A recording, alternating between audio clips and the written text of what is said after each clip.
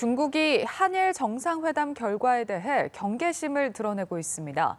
한국과 일본이 미국의 대중국 압박 정책에 동참하는 것을 견제하는 것으로 보이는데요. 베이징 연결해 보겠습니다. 임광민 특파원. 네, 베이징입니다. 네, 중국의 반응이 궁금한데요. 어떻습니까? 네, 중국 매체들은 한일 정상회담과 관련한 부정적 평가를 주로 전하고 있습니다. 관영 CCTV는 매시간 일본 내에서 벌어진 한일 정상회담 관련 시위 소식을 전했습니다. 특히 강제징용 문제 해법을 비판하는 인터뷰 내용을 비중 있게 보도했습니다. 베이징 일본은 한일 관계 개선에 미국이 쾌재를 부를 상황이라고 평가했습니다.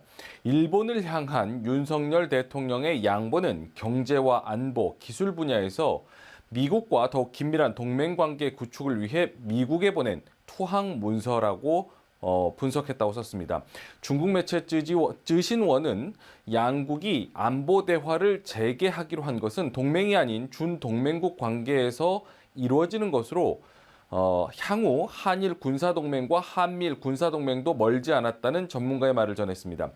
중국 외교부는 한일 정상회담 직전 개별 국가가 폐쇄적이고 배타적인 소그룹을 만드는 데 반대한다고 밝혔습니다.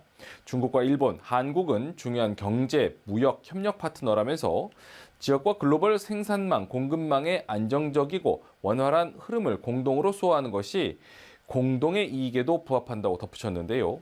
한일이 반도체 등 전략 산업에서 미국의 대중국 공급망 디커플링에 참여할 가능성을 경계한 것으로 보입니다. 네, 그리고 일본 정부가 올해 봄에서 여름 무렵에 후쿠시마 원전 오염수 방류를 개시하겠다고 밝혔는데요. 중국이 여기에 대해서도 반대 목소리를 더욱 높이고 있다고요. 네, 다른 주변국들과 마찬가지로 중국도 기회가 될 때마다 오염수 방류 계획 철회를 촉구하고 있습니다. 중국 외교부의 국장급 담당자는 어제 기자회견을 열었는데요. 일본이 오염수를 바다에 배출하기로 한 것은 위험을 모든 인류에게 전가하는 것이라고 비판했습니다. 일본은 주변국의 거듭된 우려 표명에도 의미 있는 협상에 나서지 않은 채 오염수 방류의 환경 영향 등에 대해 과학적인 설명을 하지 않는다고 꼬집었습니다. Japan has not seriously responded to international concerns and addressed them accordingly. There are a lot of questions left unanswered.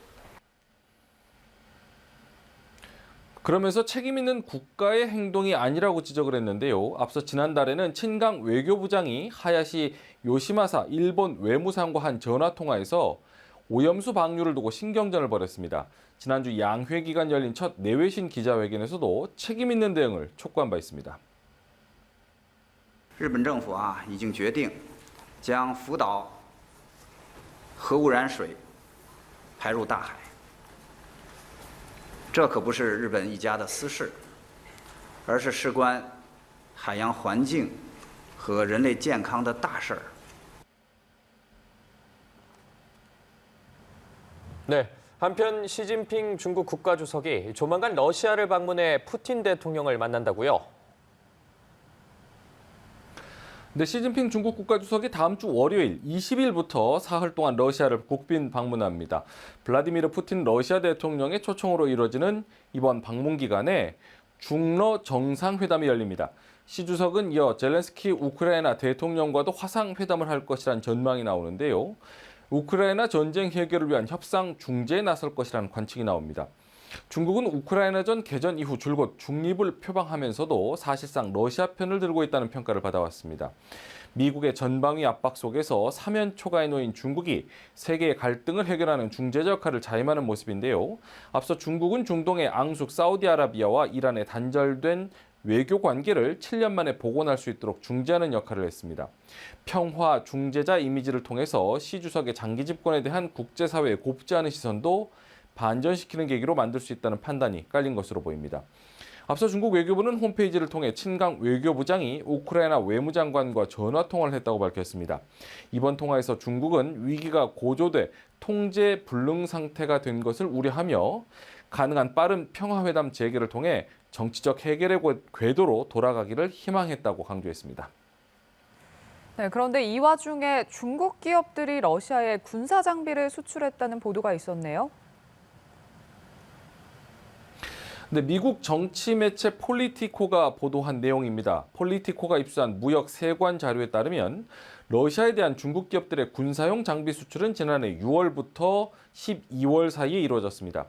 주요 방산업체인 중국 북방공업집단이 지난해 6월 러시아 정부 및 군과 거래하는 테흐크림이라는 기업에 CQA라는 소총을 보냈는데요. 세관 자료에는 민간 사냥용 소총이라고 표시를 했지만 해당 소총은 중국 경찰과 필리핀, 남수단, 파라과이군이 사용하는 것과 같은 종류로 알려졌다고 설명했습니다. 지난해 후반 중국산 드론 부품을 담은 화물과 중국산 방탄복도 터키를 경유해서 러시아 기업들에게 넘겨졌고요. 드론에 사용하는 배터리와 카메라 등의 장비는 아랍에미리트를 경유해서 전해졌다고 덧붙였습니다. 이 같은 세관 자료를 통해서 중국이 우크라이나 전쟁에서 사용할 수도 있는 이중 용도 제품을 러시아 기업에 공급한 사실이 드러난 것이라고 이 매체는 지적을 했는데요. 그동안 중국은 분쟁의 당사자가 아니며 어느 쪽에도 무기를 제공하지 않았다는 주장을 계속해왔습니다. 지금까지 베이징에서 전해드렸습니다.